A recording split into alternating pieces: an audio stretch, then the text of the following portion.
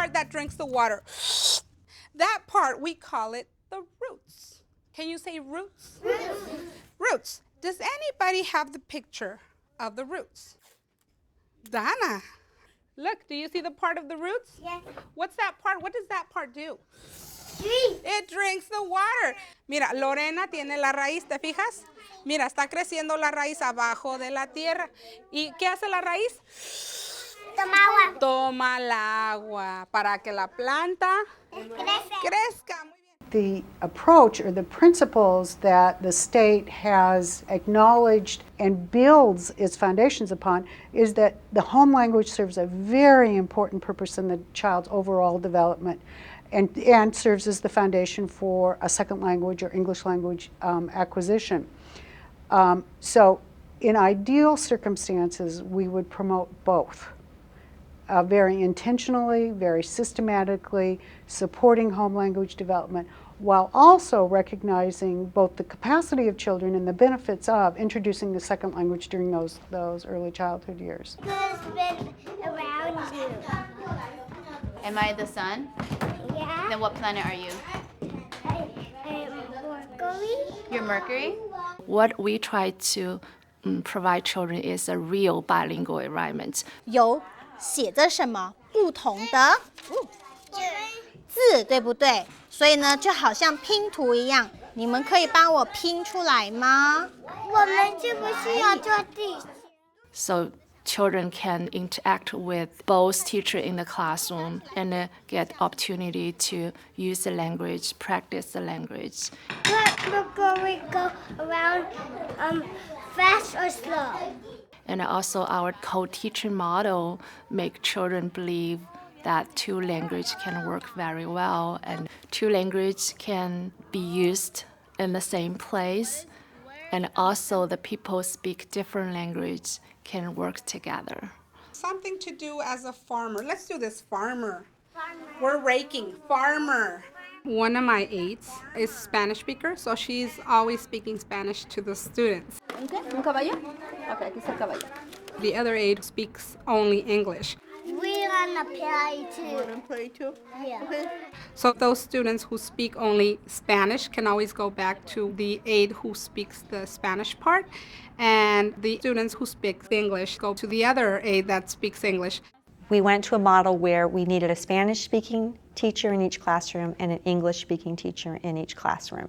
So the children would have the experience of speaking both languages. Many of our teachers speak a variety of languages, and we try really hard to place the child with a teacher who speaks their language. But if we can't get that match, then the teacher really works with that child to make sure that there's activities that are not language dependent. So that child really feels part of the classroom and feels safe to practice with English, and make sure that the parent knows that their language is really important and part of that child's learning.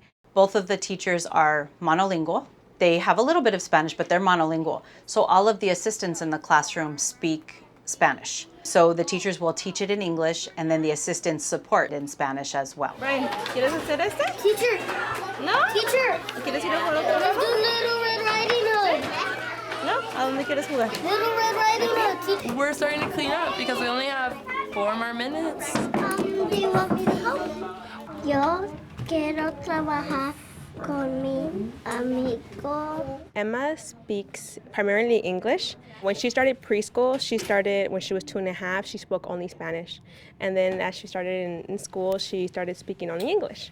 So when we started here and we saw that they had the dual language, we saw it as a great opportunity to put her and immerse her in only Spanish, when learning different subjects like language, the shape names, different things like that. We really wanted her in the Spanish program so she can learn and speak it more at home with us also. Families are our first informants. So I think the first thing we have to do is really have a dialogue with families about how language is used, what language is spoken in the home, what their goals are, their aspirations are for their children's language, how they feel about home language and English acquisition, etc. When parents enroll, they tell us what the language of their child is. So they fill out something called a home language survey, and it asks, what language is spoken at home, what language does the child use most frequently at home, what language do siblings use at home, and if any one of those is a language other than English, that is a flag for us that lets us know that another language is spoken. One of the major prerequisites for teachers,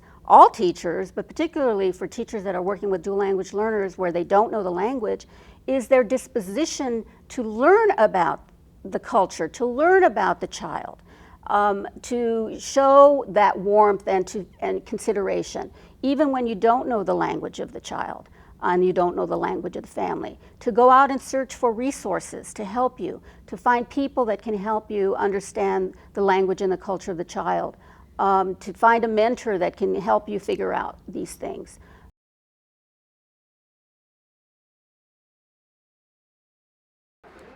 Open it. No. I'm not gonna leave you. He's outside. Lalo, ¿dónde está él? Lalo, ¿eh? Afuera. Afuera. The research shows that having a strong foundation in the home language is helpful. If the home language is 2 languages, there may be 2 home languages, there may be 3 home languages. Having a strong foundation in those languages will help the child succeed. I think we all, as a group, agree that we want to provide opportunities for children to learn content, to construct knowledge in home language. Sí, exacto. Por la puerta azul. ¿Cómo abres la puerta? No child should have to miss the opportunity of learning because they're learning more than one language at a time. So we've realized how important it is for staff that share home language with the children that we serve to be able to build that concept learning in home language. It then transfers to the acquisition of second language very easily. Y la prueba está en que ustedes pues están trabajando en su propio libro. Bueno, mi historia es muy pequeña, pero es muy importante para mí, porque es del lugar de donde yo vivía. One of the ways that the teachers can most help the child become a balanced bilingual is to help the parents understand that it's something to be valued and to let the parents know that they are really important in helping to keep the child's home language fluent, proficient, to help that home language development. Marolas en la noche se ven impresionantes como fuegos artificiales. Para mí la mejor experiencia fue ver a mi hijo emocionado viendo cómo hacía el libro. Pero ayer que estaba tratando de terminar el libro, él se puso conmigo y... Teachers can give a message to parents about supporting the home language, both implicitly and explicitly. So explicitly, they can tell the parent about the importance of speaking in the home language. Have you ever had this? Implicitly, they can also give the message to the parents, if they are bilingual themselves, if they speak the child's language, by using that language with the family, with the child.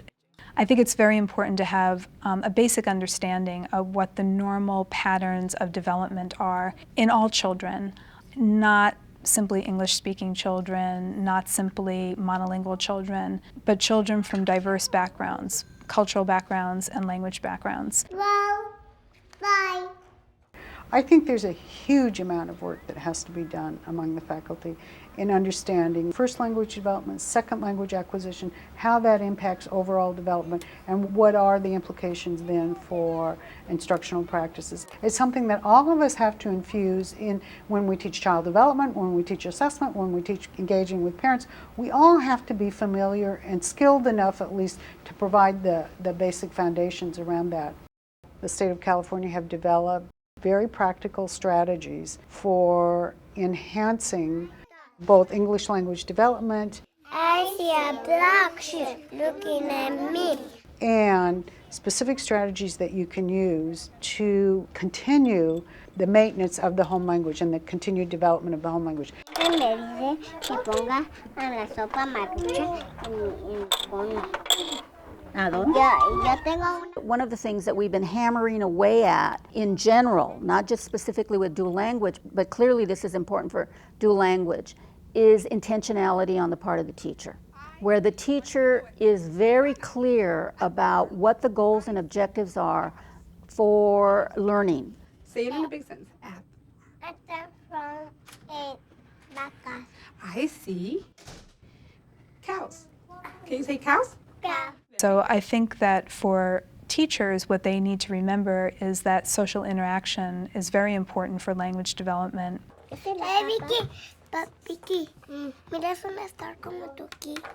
Language exists so that we can communicate with each other.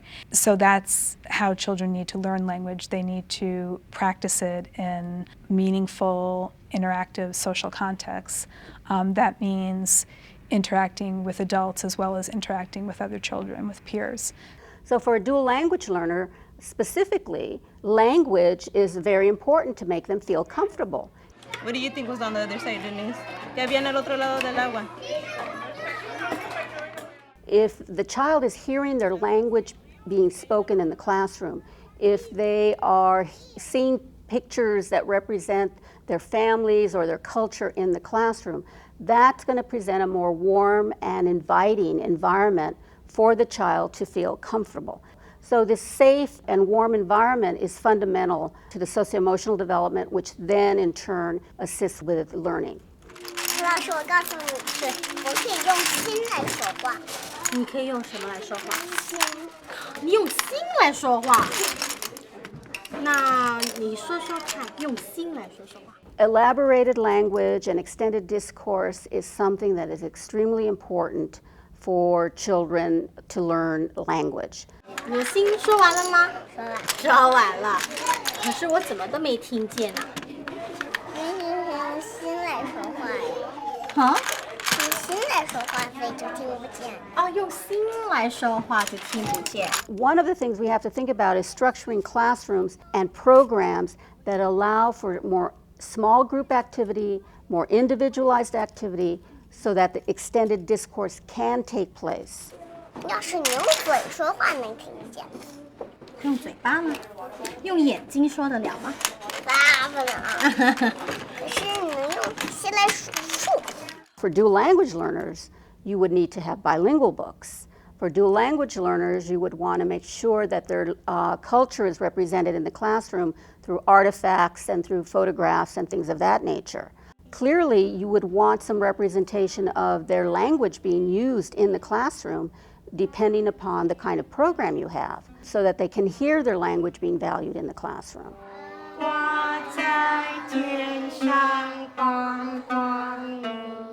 You also need some adjustments in the pedagogical strategies that you're going to use. When you have dual language learners who don't know the story, then you might need to do a picture walk with the key vocabulary words. You may need to use props and visuals with them. Those are techniques that one would use with dual language learners.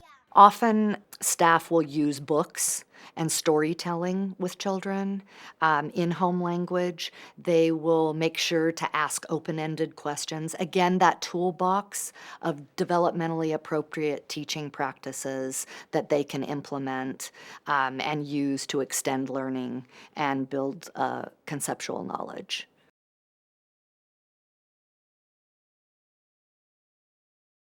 Acquisition of the two languages by dual language learners is different from the acquisition of monolingual children in that language. ¿Cuál es más?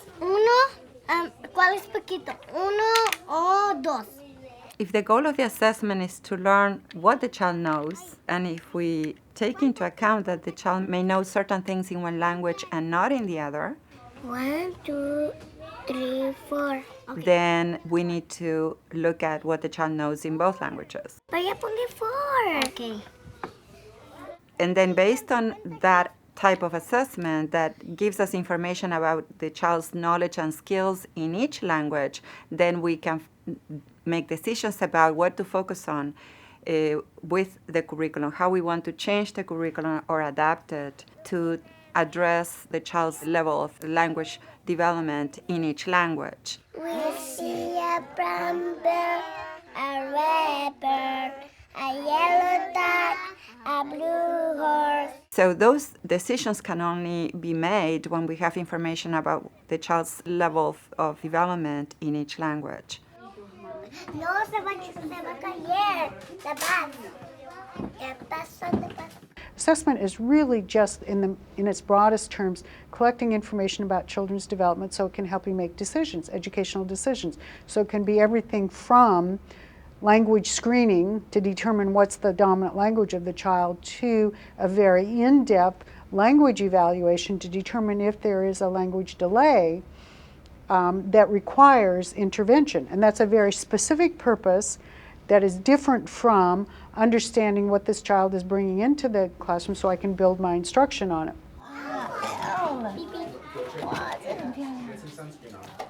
你是最喜欢 L 吗？ 我就喜欢。你最喜欢这个？我还以为你会喜欢 B。 And so when you're working with a child who's a dual language learner, you're going to need to have somebody help you figure out what does this child know, what does this child not know, because you want to be able to think about their entire language development, their entire vocabulary, not just what you as an English speaker can perceive. And then I think you need to develop and design, really at this point, design ways to gather information from people who are native speakers of your children's language and who represent that culture. So they're not just bilingual, but they really have cultural insights into what language and behavior mean within the context of that culture. And you need to, engage them as partners. We create a portfolio for each child. We have both Chinese teacher and an English teacher. So we can understand and document every child's language behavior. Our Chinese teacher's native language is Mandarin, but their English pretty good. And they can freely interact with the English teacher whenever they see something or heard something and children speak in Chinese, during their planning time, they will share with their English teachers. So make sure the English teacher also on the same page with the Chinese teacher. When we assess young children, I think it's also important to check our conclusions with families, because they can see how their child is developing, and is that child able to play with their peers, talk about what they want to eat, express their needs, things like that. So that parent's going to be able to tell us whether what we have seen in a more contrived situation around language development matches what they're seeing from this child in their everyday interactions.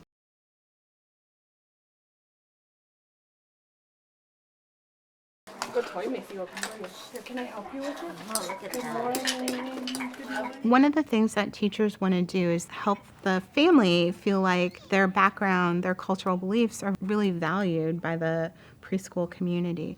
And so one of the things that they want to do is welcome the child's beliefs, the family's beliefs in the classroom, to celebrate those.